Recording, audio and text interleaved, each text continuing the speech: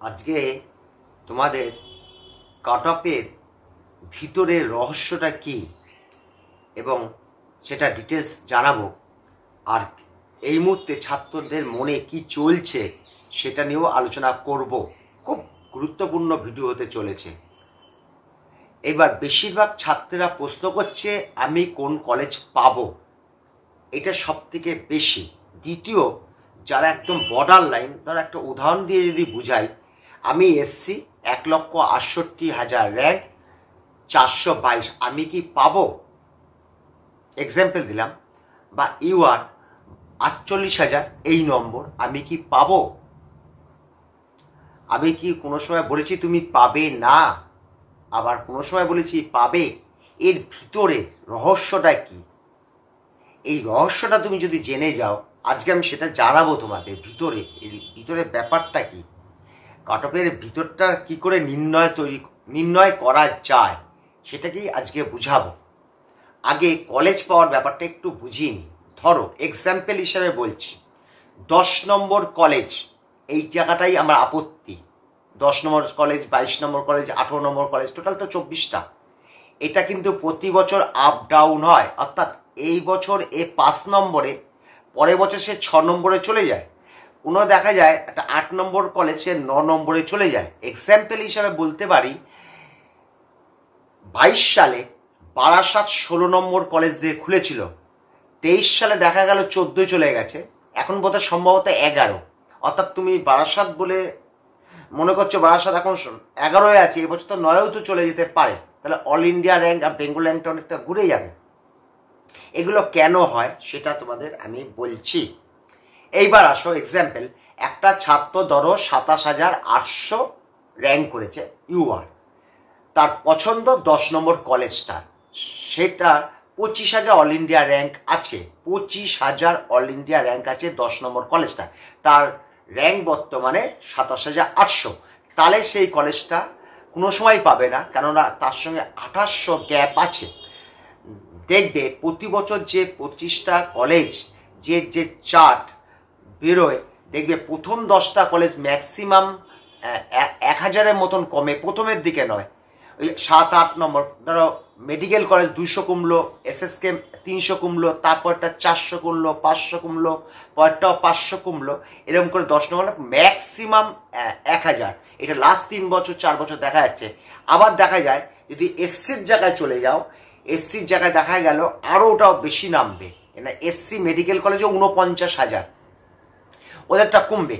এবং দেখা যায় আমরা ইউআর দিয়ে কিন্তু র্যাঙ্ক তৈরি করা হয়, 1 নম্বর কলেজ 2 নম্বর, কিন্তু দেখাবে ধরো ওবিসি দেখালো 8 নম্বর কলেজে একটু বেশি ছিল, 9 নম্বর কলেজে অনেক কম, অর্থাৎ সেই ছাত্রগুলো ওই কলেজটা বেশি চয়েস করেছে। অর্থাৎ এটাও কিন্তু আপ ডাউন হয়। এইবার আমি একটা বলেছিলাম যে 10 থেকে 20 কলেজগুলোর মধ্যে ম্যাক্সিমাম 1,500 থেকে 2,000 প্লাস করতে পারো, আর লাস্টে যেটা 4-5টা থাকলো ওই 2,500 মতন ধরে নিতে পারো। এটা টেন্ট। এই কথার মধ্যে কিন্তু বিজ্ঞান নেই। কেন নেই এটাই তোমাদের বোঝানোর চেষ্টা করব। কেন বিজ্ঞান নেই এর মধ্যে ব্যাপারটা কি, এটা আমি তোমাদের বোঝানোর চেষ্টা করবো। কাট অফের মানেটা কি দেখো। আমরা ধরে নিয়েছি 40,000 ইউআরদের কাট অফ যাবে, আলোচনার ক্ষেত্রে ধরে নিয়েছি। ধরো এসসি 1.5 লাখ ধরেছি, ইডাব্লিউএস 1 লাখ ধরেছি। এইটা কি বেস? এর বেসটা কি? এর মধ্যে কি বিজ্ঞান আছে? কোনো বিজ্ঞান নেই না। লাস্ট বছর যা গেছিল সেটাকে আমরা বেস ধরছি। গতবার 40,600, তাহলে 2,000 বাড়বে। এটা 1,08,000 মানে ইডাব্লিউএস, তাহলে 10-15 যেতে পারে। এসসি 1,58,000, ওটা 1,70,000 যেতে পারে। এটা বেস হয় না, এইভাবে হিসাব হয় না। এই হিসাবটা বর্তমানে সকলের কাছে অজানা, সকলের কাছে, আমার কাছেও এটা অজানা। কারণ এখন আমাদের অল ইন্ডিয়া র্যাঙ্কটাই তোমার কাছে হাতে আছে। অল ইন্ডিয়া কাস্ট দিয়ে কোনো কাজ হবে না, ওটা অল ইন্ডিয়া যারা ভর্তি হবে তাদের, বেঙ্গলে কোনো কাজে লাগবে না। তোমার কাছে শুধু অল ইন্ডিয়া র্যাঙ্কটা আছে। আলোচনায় ধরলাম 50,000 তোমার অল ইন্ডিয়া র্যাঙ্ক, কাস্ট যাই হোক 50,000, ঠিক আছে। এইবার বেঙ্গলের ছাত্ররা এই বছর কেমন ধরনের পরীক্ষাটা দিলে, এদের পারফরমেন্সটা কত ভালো হলো না খারাপ হলো তুমি কি করে জানলে?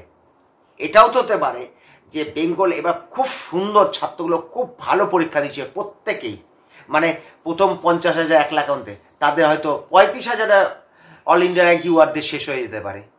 খুব ভালো পরীক্ষা দিয়েছে, এটা তুমি কি করে আনছো? ভালো পরীক্ষা দেয়নি, আবার দিয়েছে, দুই দিকেই যুক্তির লোক আছে, এর মধ্যে অনেক বিতর্ক হবে। তো এই বিতর্কে গিয়ে তো লাভ নেই। All India cut off college দান পর্যন্ত 27,000 যাবে সকলেই জানে, ওটা হয়। কিন্তু কলেজ ওয়াইজ যখন আসছে, রাজ্য ওয়াইজ যখন আসছে, রাজ্যদের মধ্যেও আপ ডাউন হয়। কোনোবার মহারাষ্ট্র ভালো করবে, কোনোবার বেঙ্গল ভালো করবে, ঠিক আমাদের কলেজের মতন একটা দুটো এদিক ওদিক হয়।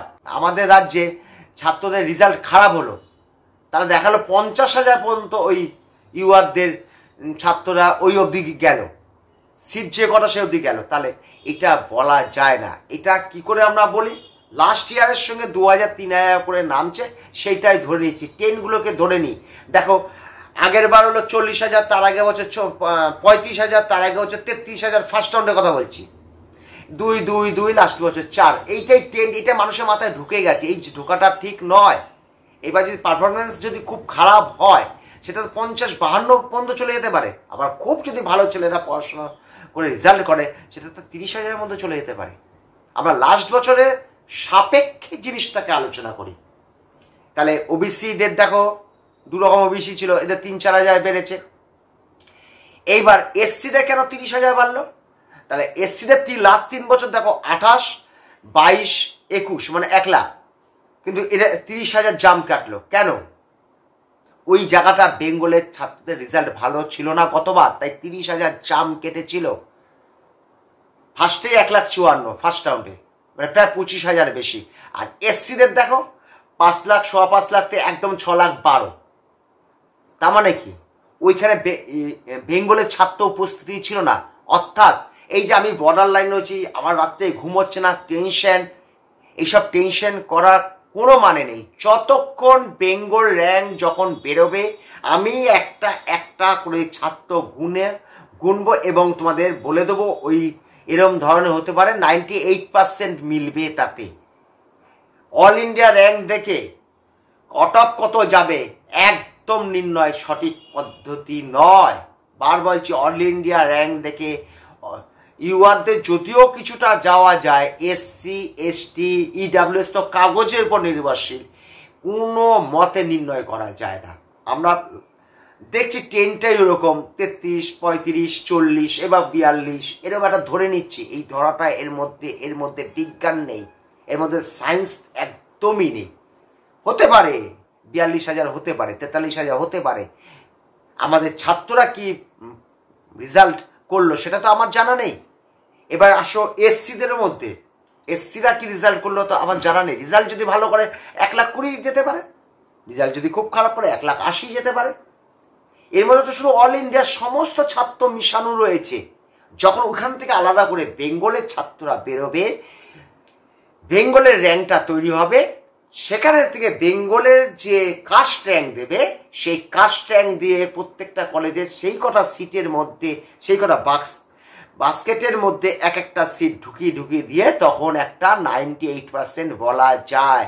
এর আগে কোনোদিনই বলা যায় না। অর্থাৎ যাদের বর্ডার লাইন আছো তাদের বললাম, এত টেনশন করবে না, তোমাদের রেজাল্ট তৈরি হয়ে গেছে, এর কেউ বদল করতে হবে না। তুমি একটা র্যাঙ্ক পেয়ে গেছো, র্যাঙ্কটা কোনো রকম চেঞ্জ হবে না। এবার ওটা বেঙ্গলে যখন বেঙ্গল র্যাঙ্কটা আসবে, তখনই হবে মোটামুটি 98, তাও 100 নয়, 98%। 2% নয় না কেন, সব ছাত্র কিন্তু আবার ভর্তি হয় না। সারা রাজ্যের 8-10টা ছাত্র ভর্তি হয় না।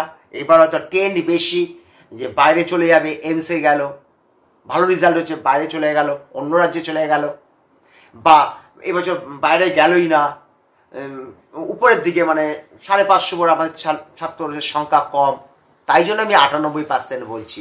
সেটাও সঠিক বলা যায় না। তাহলে টেনশনটা করবে না, এইটা হলো ভিতরের রহস্য। এইবার কাউন্সিলিং কবে শুরু হবে এটা অনেকেই বলছে।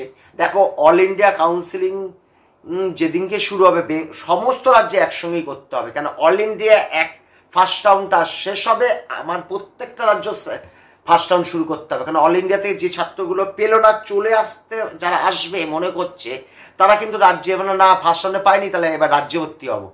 যদি আগে রাজ্যে সব হয়ে যায় তাহলে তো আমাদের রাজ্যের ছেলেরা অল ইন্ডিয়া যেতে পারবে না। আর অল ইন্ডিয়ায় যদি সব আগে হয়ে যায়, first round, second round, third round হয়ে যায়, তাহলে তো আমাদের ছাত্ররা ভয়ে পাবে কি পাবে না এটা তো নেব। অর্থাৎ সবসময় দুটো একসঙ্গে চলবে, ওদের এক আমাদের এক, ওদের দুই তারপর আমাদের দুই, ওদের তিন আমাদের তিন, এইভাবে প্যারালাল চলবে। সামনে মাসে 5-7 তারিখ থেকে হিসাব মতন আরম্ভ হয়ে যাওয়ার কথা। আমি বলি সবসময় 20-22 দিন পর শুরু হয়ে অল ইন্ডিয়া শুরু হবে, তা 5-7 দিন পর হবে। সেই জন্য বলছি, যে যা নম্বর পেয়েছো কোনো চিন্তা করো না। আর কলেজ কোনটা পাবো 3-5-7 দিন আগে আমার একটা ভিডিও দেওয়া আছে র্যাঙ্ক দিয়ে করা, ওটা দিয়ে তুমি মিলিয়ে দেখে নিতে পারো। এইবার দেখো আমাদের কাট অফ দ্বারা আলোচনায় ধরলাম 500 কাট অফ গেছে। দেখো লাস্ট 3টে কলেজে ওই 500ই যেতে হবে, ওদের ওইখানে র্যাঙ্ক দিয়ে বিচার হয়, জানো তো। 500 তো অনেকেই পাবে র্যাঙ্ক। একটা কলেজের সিট কত, 40টা মতন ইউয়ারদের আছে, মানে খাওয়া খাই হয় তো 40ই ধরলাম, খেয়ে খেয়ে 40টা। হ্যাঁ, 500 তো কতজন মানে বেঙ্গলে পাবে। অর্থাৎ সেমন কোনো পরিবর্তন আছে, ওই চাটে যাও সব পাবে, তার আগের বছর চাটে যাও সব পাবে। দেখবে যে ডিফারেন্স, দেখবে যে গতবার যে 10 নম্বর কলেজে যে র্যাঙ্কটা গেছিল, তার আগে বছর র্যাঙ্কের সঙ্গে 400-500 ডিফারেন্স। যেমন 20 নম্বর কলেজ আসবে 1200-1300 ডিফারেন্স, তারপরে এসে 2000-3000 ডিফারেন্স। আর বছর 4000 হয়েছে, এবছর 4 হবে তার কোনো মানে নেই। তার আগের বছরগুলো দেখো 2-2 গ্যাপ, এবছর যে 4 হবে কোনো মানে নেই, গ্যাপ। মানে 33,095, 35,096, এইবার হয়েছে 39,512 ফার্স্ট রাউন্ড। এই যে 4000 গ্যাপটা, এবছর 4, এটাও 2 সত্য না, এবার কি 50,000ও হয়ে যেতে পারে। অর্থাৎ টেনশনটা নেবে না, যা হবে হবে। কিছু কিছু ব্যাপার সময় রাতে ছেড়ে দেওয়াইটাই ভালো, বুদ্ধিমানের কাজ। যা হবে হবে, কারোর জানা নেই। তুমি কেবল অল ইন্ডিয়া র্যাঙ্ক পেয়েছো, তাতে প্রমাণ হয় না যে বেঙ্গল 42 শেষ হবে, 45 হতে পারে, 48 হতে পারে, 38ও শেষ হতে পারে। এসসিদের এরকম, এসটিদের এরকমের ব্যাপার। আমি ভিতরে ব্যাপারটা বলে তোমাদের টেনশন মুক্ত চেষ্টা করলাম, এটাই তো আসলে অঙ্ক। এর ভিতরে গল্প এই। আজকের মতন এখানেই শেষ করলাম। সকলেই ভালো থেকো।